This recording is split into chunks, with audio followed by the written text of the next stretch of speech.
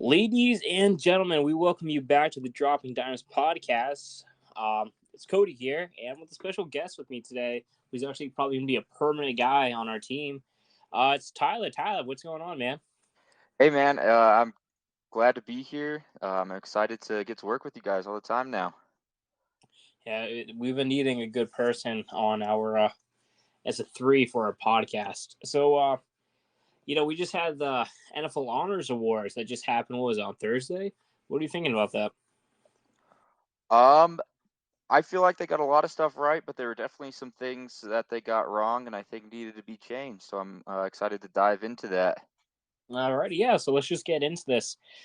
So obviously, I think everyone expected Mahomes to win MVP.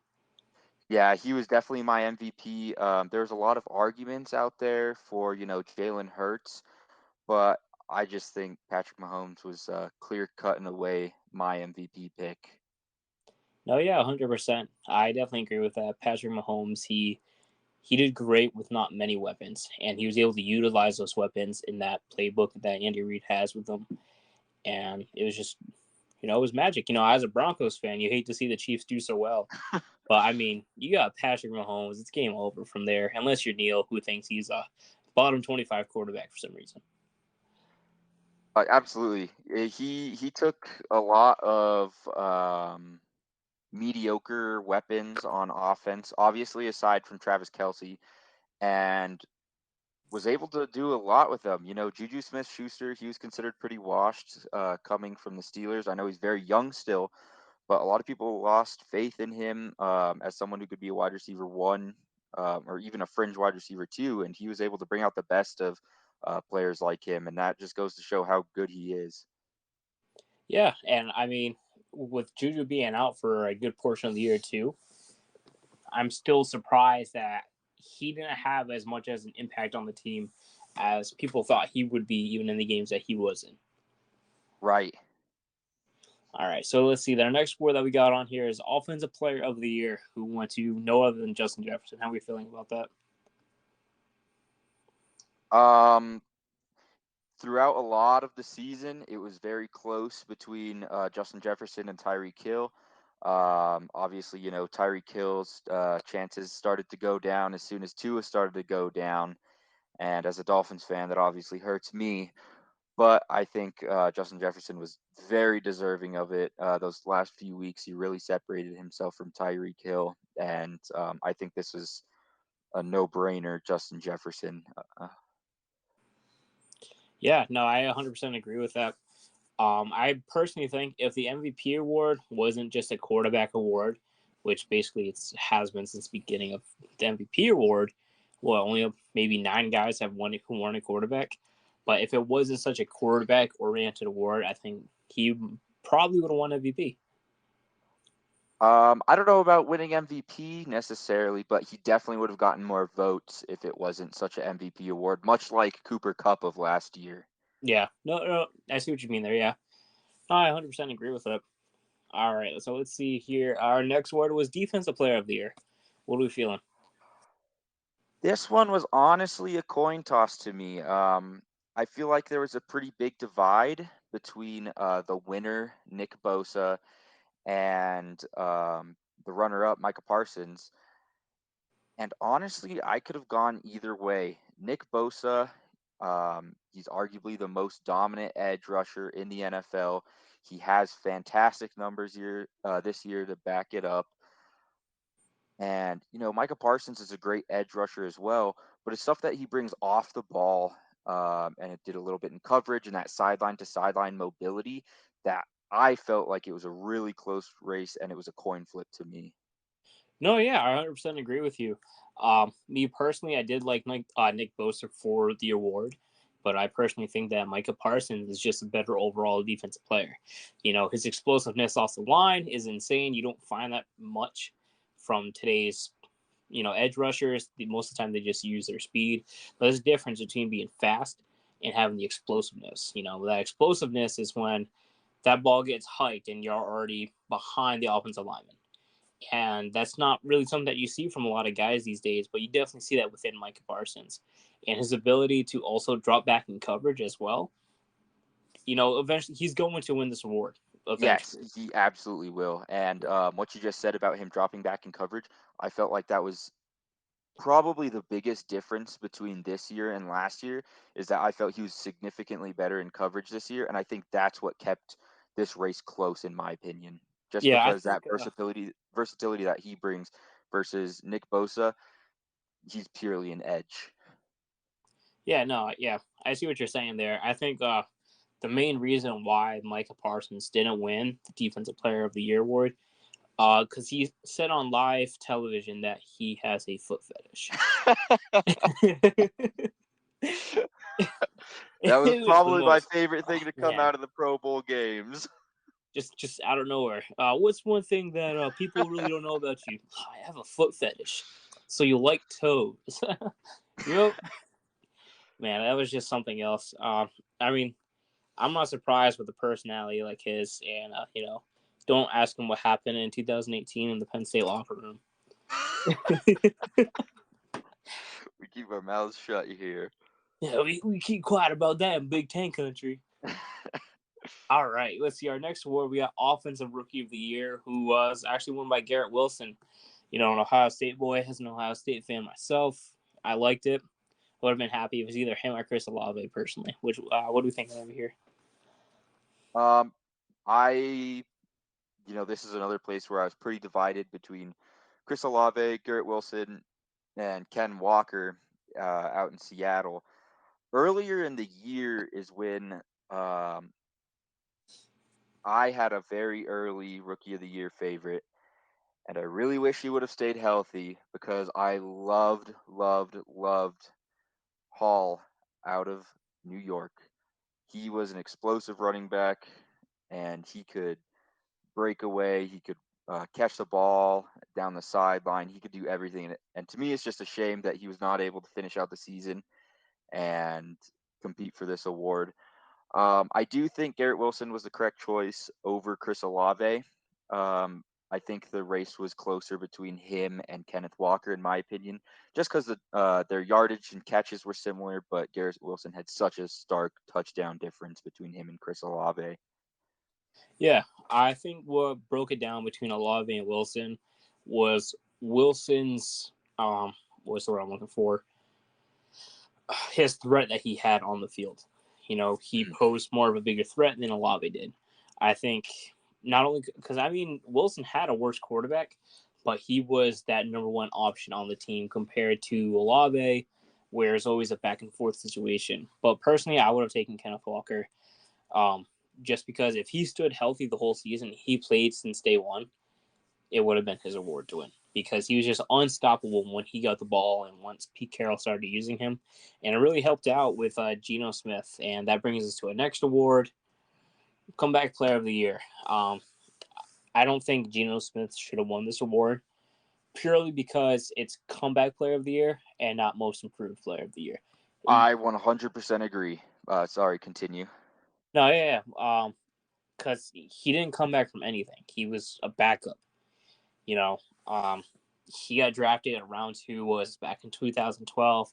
He didn't make the cut. He wasn't that great, and then all of a sudden he becomes good in Seattle because they just have great offense over there. It's just how it's always been. But he should not have won that award. It's not his award to win. It could have gone to Saquon Barkley, who came back from an ACL tear, and him personally helped Daniel Jones make him look like he was a top 10 quarterback. When all in reality, we know that's not true. But Barkley had the impact on the team like he did before the ACL injury. Absolutely. I completely agree. Geno Smith winning this award is kind of disgraceful, especially when you look at the history of this award and who it's given to. You don't really see people getting award just for being better off of the bench. And is it his fault he came off the bench? I mean, Russell Wilson was in front of him when he was still good in Seattle.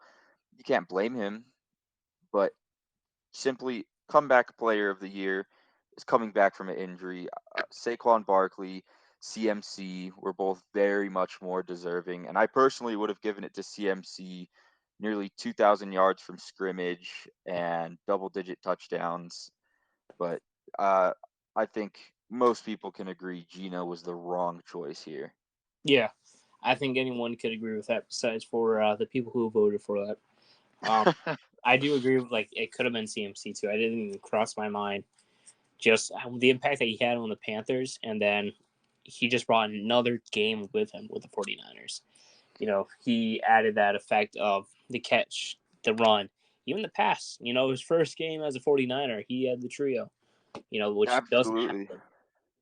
And I think the coaching there, just the stark difference of coaching in Carolina versus San Fran, it really brought out a CMC we haven't seen in a couple of years now, both due to injury and a lack of consistency on that Carolina team. Yeah, 100%. I think really the Panthers did better without him on the team because I felt like the playbook was always, hey, let's just give it to Christian McCaffrey the whole game, every game, 24/7, and then he gets hurt. And then that play style that you had going into the season, now it doesn't work by week 10 because he's on IR with a broken femur because you just use him the whole time. Right, very unsustainable kind of play style. But in San Fran, where they have multiple weapons that can be used in multiple ways, I mean, CMC and Debo are a running back who can be a wide receiver and a wide receiver who can be a running back. And the way that they use him out there was just phenomenal. And he was definitely my pick for comeback player of the year. Yeah. Alrighty. Let's see. Our next award was actually just skip this. I was defensive rookie of the year. It went to Sauce Gardner. This award I disagree with the most. I just Really? I hate it. Okay. Who did you have winning it? So I had Aiden Hutchison should have won this award hands down. Right. He led all rookies in sacks, in tackles, and came in second place in interceptions. All right. Well, he tied for second with Sauce Gardner because number one was Tariq Woolen, and it's like this guy did everything. He dropped back in coverage, like what we were just talking about Micah Parsons. Now we look at Aiden Hutchison; he looks like this guy who's primarily a edge rusher. But there was plenty of times that he just dropped back in coverage, got a pick, and I don't know, he's just more dominant on the ball. I feel like Sauce Gardner got burnt by good wide receivers, and we just didn't bring it up enough. Man, I really really enjoyed watching Sauce as much as it pained me sometimes being a Miami fan.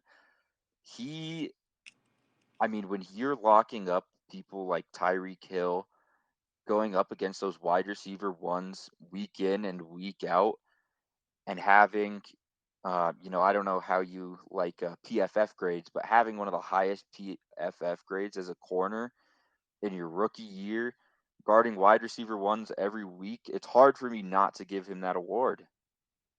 Yeah, no, I mean that makes sense. Well, the way I look at it, right? Hutchison had 52 tackles, 9.5 sacks, 3 interceptions, when Sauce Gardner had 20 passes defended and only 2 interceptions. I just look at the more of an impact that like Hutchison had on the field than Sauce Gardner did. And I think that the reason why Hutch doesn't get all this respect, not even respect, but the credit that he for what he did this season was because there was so much hype behind Sauce Gardner from the minute that he was drafted. It's like, oh, he's the next big thing. Next Darrell Revis, he's huge. He can do this, this, and that. And just from the moment that he got drafted, it was like, yep, he's going to win Defensive Player of the Year. When in reality, I mean, that ain't right. You just already given away the award. And then you have Aiden Hutchison, who played better, but yet was blown out in voting. I can understand keeping it close, the votes close, but man, Sauce, let me read you a couple of things about him real quick. Only 2 times this season did he allow over 50 receiving yards. 2 times. And that was against T. Higgins, he's a phenomenal jump ball wide receiver. He is a wide receiver one on most teams if it wasn't for Jamar Chase. And against Gabriel Davis, another very good, very fast wide receiver up there in Buffalo, and he's guarding people like Jalen Waddle held to 2 catches, 37 yards. DK Metcalf held to 2 catches, 13 yards. He's just on another level. Yeah, no, I'm not saying like he's one. I would say he's the number 3 ranked corner right now. He could probably move up to number 1 easily after the season. Because right now, respectively, I still have Ramsey at 1 just because of the respect Mm. that I have for him as an athlete and what he's done in the league as a corner. Number 2 is obviously PS2, and then I have Sauce Gardner at 3. Yeah, I mean, I can see where Hutch has been amazing, of course, and I can definitely see how he'd been overlooked, especially with such a horrible start the Lions got off to the season. It was easy to write them off and kind of ignore a lot of great things that were happening on that roster, which is, that's really tough sometimes to just have them written off because of the team that they're on. And he is a phenomenal player as well. Number 6 in pressures. He was dominant off of the edge and, like you said, in coverage. But I don't think I could change my mind on this one, for me at least. I think this is an agree to disagree situation here. Yeah, no, I guess so. But I don't know. I do like Ian Hutchinson as a Big Ten guy. Just watching him terrorize our quarterbacks. Just I don't know. He left a mark in me, I guess you can say. All right, let's see. Our coach of the year went to Brian Dable. I think this was a no-brainer that I was going to go to him personally. I definitely think this was his award to lose. Um, Personally, I had the Giants as a 6-7 win team coming to the season. A season where they go, hey, do we move off of Danny Dimes? Do we move off of Saquon, fully tear it down, and give our new head coach the resources he needs to rebuild the team the way he wants it? But he took a roster that had a good O line, had a giant question mark at QB, had a giant question mark on running back if they could stay healthy, 0 wide receivers, and a very young defense, and made them a playoff team, which is absolutely commendable. Yeah, no, 100%. And I completely agree with what you're saying. It's just he took this, I guess you can say the A team, the movie The A Team, and made it into this playoff team. Daniel Jones going in, he was the most memed quarterback ever. He was Yeah. known for just fumbling it every single game, having more fumbles than touchdowns. And then he makes him into a top 10 quarterback. Saquon Barkley was injury prone, but he figured out a way. It's like, all right, I got to take the pressure off this guy because I know he's not going to be able to handle the workload. But he still managed to make Saquon Barkley a candidate for comeback player of the year. Hmm. And it's just the impact that he had on that team the minute that he got there, behind the leadership, offensive play calling. It's just insane. I have the outright most respect for Brian Dable and what he's done for the New York Giants. And he's got a lot of work ahead of him because Daniel Jones is a free agent. Saquon Barkley is a free agent. Yep. 2 guys who they're going to have to resign this year. Are they going to resign them? We don't know. They need a wide receiver for sure. Do they trade Kenny Galladay? Do they release Kenny Galladay? We don't know what's going to happen. But I can tell you one thing: he's not going to be a Giant. He absolutely will not be. The only other candidate I really had up against Brian Dable, in my opinion, would be Kevin O'Connell. He brought a Vikings team that has been very mid for a long time. Um, he brought them to a 13-win team and, won the North for them. He really brought out the best in Justin Jefferson. Obviously, is Justin Jefferson won Offensive Player of the Year. He was my only real contest, but I am glad that it went to Dayball. Yeah, no, me too. One thing I want to point out is I actually just realized this right now. Kevin O'Connell, he was offensive coordinator last year for the Rams, right? Yes. Yeah, and then we saw what happened with Justin Jefferson, and now, well, we saw what happened this year with Justin Jefferson, and what happened last year with Cooper Kupp. I mean, I think this is something that we can expect out of the Kevin O'Connell offense, where it's going to be one wide receiver is going to be the main weapon, and it's going to be the job of the offense to get it to him. I can definitely agree with that, and we saw the Rams struggle with that without Cooper Cup for much of the year. Obviously, Sean McVay being a large influence on him, and they weren't able to get it to Cooper Cup, and they faltered and weren't a very good team. So I can definitely agree with that and understand where you're coming from there. Yeah, and I'm excited to see what happens from here on out. Let's see. Another award was, Dak Prescott won Walter Payton Man of the Year. I personally think it's because he had so many turnovers and he's just such a He was just so giving in the limited role that he had. yeah, like only few players. Right? Think about it. The only other person to ever do this was Peyton Manning, where he played less than what was it 13 games and still lead the Oh, league. was that old ass Peyton Manning, that one? Yeah, yeah, the one that he won Yep. the Super Bowl. Yep. That was a bad. Hey, the only difference between them is one walked away with a ring and one never will. Yeah, but I mean, one Walter Payton Manning, Walter Payton Manning, He did. Walter Payton Man of the Year award. So, I mean, he's got to be one given guy. All right, so let's see. So we actually, yeah, let's talk about this Hall of Fame class because I know you're pretty happy that a certain someone finally made it. Oh, I am ecstatic about this Hall of Fame class because after a decade of being eligible for the Hall of Fame, Zach Taylor has finally joined a prestigious group of men in the Hall of Fame.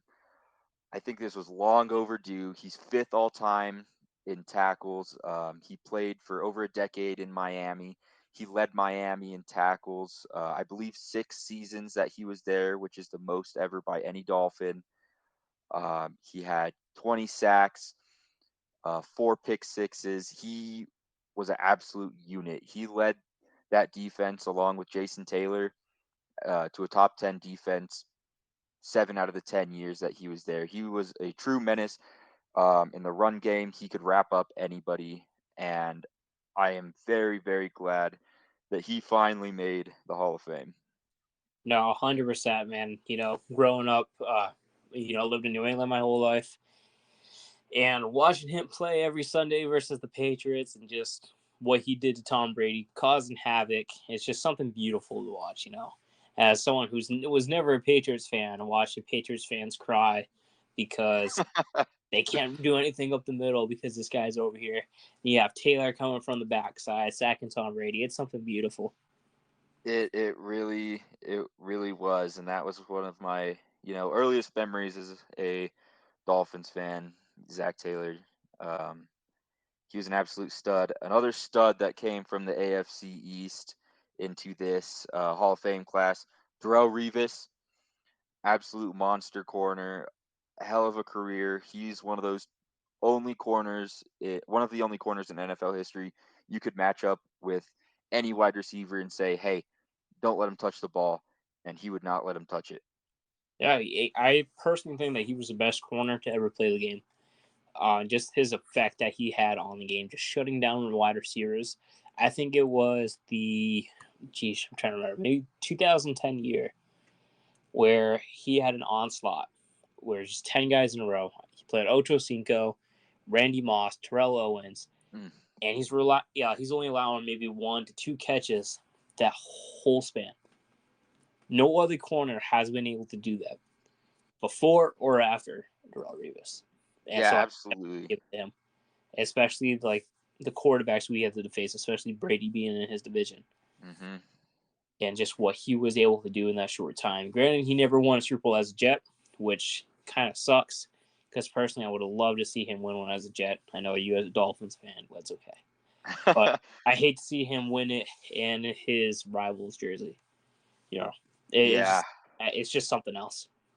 yeah. Like you said, honestly, he is probably my number one corner of all time. I think the only other corner who could even compare to him would be Night Train Lane, of course, phenomenal. But that was such early days of football that it's hard to judge against, the modern passing game. Darrelle Revis was just ridiculous. Yeah, like if you look at Reeves' stats right now, um, his interceptions aren't like crazy high, and the reason for that was because no one threw it to him. Yep. I think that's what people forget, and it like that's what I hate about I guess you can say not big football fans because what they're going to do is they're going to look at the stats because they hmm don't see the effect. Like, let's say you had a defensive lineman, like, oh, he only had 2.5 sacks. It's like, yeah, but what was his pressure rate? Right. And we can say the same thing about Darrelle Revis and his coverage rate that he had was just insane. Best corner to ever play the game, personally. Absolutely. And the last major Hall of Fame edition that I wanted to touch on, Joe Thomas, absolute legend. Pretty much the only bright spot on a horrible, horrible Cleveland team for about a decade. And, he had that legendary streak of starting tons and tons of games. I think this was very rightfully deserved by him. He was definitely a legend. Yeah, he had quote unquote 10,363 consecutive snaps played until he tore his left triceps 7 games into his last season. Jeez. Yeah, that's insane. And then he played for 10 years, like you said, from 2007 to 2017. He made the Pro Bowl every single year. He was just a different animal, and like I said, it's a shame that he was on a horrible Cleveland team. But many, like you said, Pro Bowl every year, All Pro almost every year. Truly a class act guy, and glad that he got into the Hall of Fame as well. No, I mean, this is his first year of eligibility. I'm happy he made it on his first year because he definitely showed what it takes to be a left tackle. Well, here, let me look this up real quick. How many sacks did Joe Thomas allow? Don't know off the top of my head. And I can't type today. Right here. So in all of his 10 years playing in hmm the 10,000 consecutive snaps. Let me read this again. Yeah, over 10,000 consecutive snaps. Only allowed 30 sacks the whole time. That's ridiculous. Yeah, He was a different animal. it's something else, and that's something that every team looks for in a left tackle. I mean, you got guys now who 5 years into their career already allowed 30 sacks. Right. And we just don't see that anymore from that position. Alrighty, let's see here. I think that wraps up. I mean, you have DeMarcus Ware, but he kind of betrayed us by signing that 1 day deal with Dallas. So I don't know, man. He could have stood with us, retired on top, but nope. Went to Dallas, signed that 1 year, so we don't like you anymore. Sorry. Yeah, but now, as everyone knows, we have this big game tomorrow, something called Super Bowl. Yeah, just a little get together game. Yeah, something No big small. deal. Hopefully, both teams lose. Oh, you're not a fan of either team in there? No, I cannot stand either team. Well, yeah, to be fair, Kansas City is in your division, and then who likes Philly fans? Not me. I'll tell you that. No. They're just total butt munches, for lack of words. I've never been to a football game where fans were threatening teams' wives. Yeah. That's just not classy. Stay on classy, Philly. You guys are a bunch of assholes over there. It's just who you are. Yeah, No, personally, I'm going for the Chiefs. Um and honestly, the spread is against them, money line's against them, but I think they'll win too. I don't know. I really think that me personally, I know both teams can't lose, but I really think that it's going to end up the Eagles being winning. Eagles are going to win this game solely on they're more balanced of a team. Kansas City's defense really stepped up as last week versus Joe Burrow, where they played a really good quarterback, and that young secondary really stepped up. hmm But the Bengals weren't as balanced as these Eagles are within the run game, the pass game. If you commit to the run, they're going to beat you over the top. If you commit to the pass, they're just going to run it with either Jalen Hurts, Kenneth Gainwell, or Miles Sanders. You know, either or is going to happen. It's just going to be really tough to stop them. And also, I don't know if you saw it, but one of the Chiefs fans went ahead and put a Chiefs flag on the Rocky statue. Oh no. Yep. After everything Kelsey said to try to not have them do that. I see, should specify Travis Kelsey. yeah, I think what happened was the guy's actually an Eagles fan, and Uh, yeah, it would make it's sense. gonna be karma for him. It's gonna be karma for him if an Eagles fan put it on there. Yeah, that'd be funny. But to me, you know, it's not a matter of experience because both teams are experienced in their own ways. You know, Patrick Mahomes, Travis Kelsey, a lot of key members on that team are on the Chiefs team are experienced in the Super Bowl, and they do have a lot of young guys sprinkled in there as well who aren't, you know, used to the big stage. And then same with the Eagles. The Eagles have a lot of vets, especially on their offensive line, on their defense, who were there when they won the Super Bowl as well, and a lot of young guys sprinkled in. You know, their starting quarterback who was never in the Super Bowl. Um, I think it'll be a great game, and I really do think I am taking the Chiefs because at the end of the day, the Super Bowl is going to pretty much be a one-score game. There's not a lot of Super Bowls where it's not a one-score game, and if the game's on the line and it's a one-score game, I trust Patrick Mahomes, the best quarterback in the NFL, and Travis Kelsey, a top 3 tight end in NFL history, more than I trust Jalen Hurts and AJ Brown. Yeah, no, I see where you're coming from there. I think it's just a matter of can the Eagles defense contain Patrick Mahomes? How is his ankle? Hmm. Can they force him to run around? And if he is hurt, can he run around? Can he do the Mahomes magic that he's known for? Yeah, absolutely. That ankle is a huge thing. I don't think people truly understand how mobile of a quarterback he is sometimes. Just because he has a giant arm and is insanely accurate, people tend to forget that he uses his legs a lot. He likes to run around on the bootleg. He likes to create more time to drop a deep pass or just to wait for someone to get open underneath or Travis Kelsey to do some of his magic. And they don't realize how much he really does run around out there.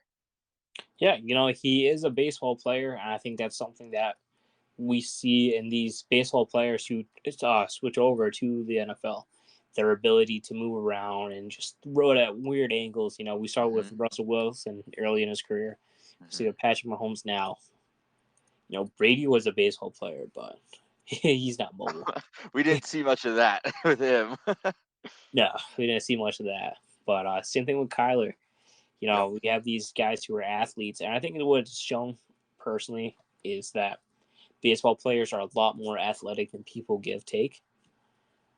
Because we see these baseball guys who switch over to the NFL and play these quarterback positions, and they're just moving around, diving, throwing the ball like it's nothing. That is a fair take.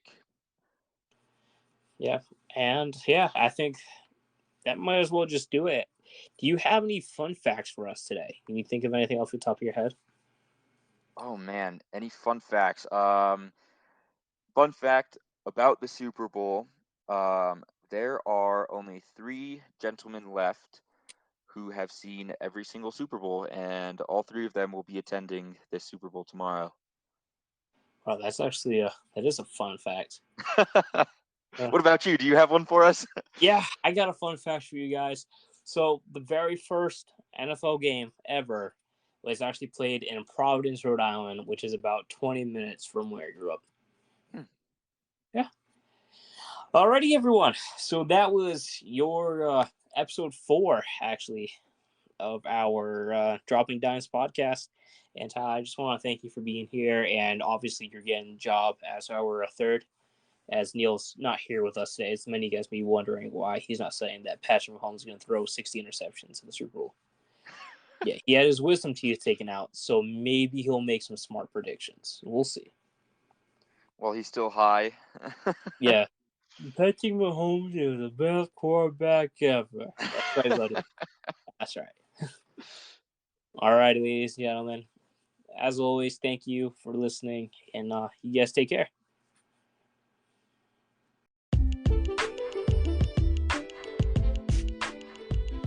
And if you liked what you heard today and you want to know more about some NPCE content, follow us on TikTok, Instagram, YouTube, and Spotify. Learn more about us. Other than that, guys, you guys take care.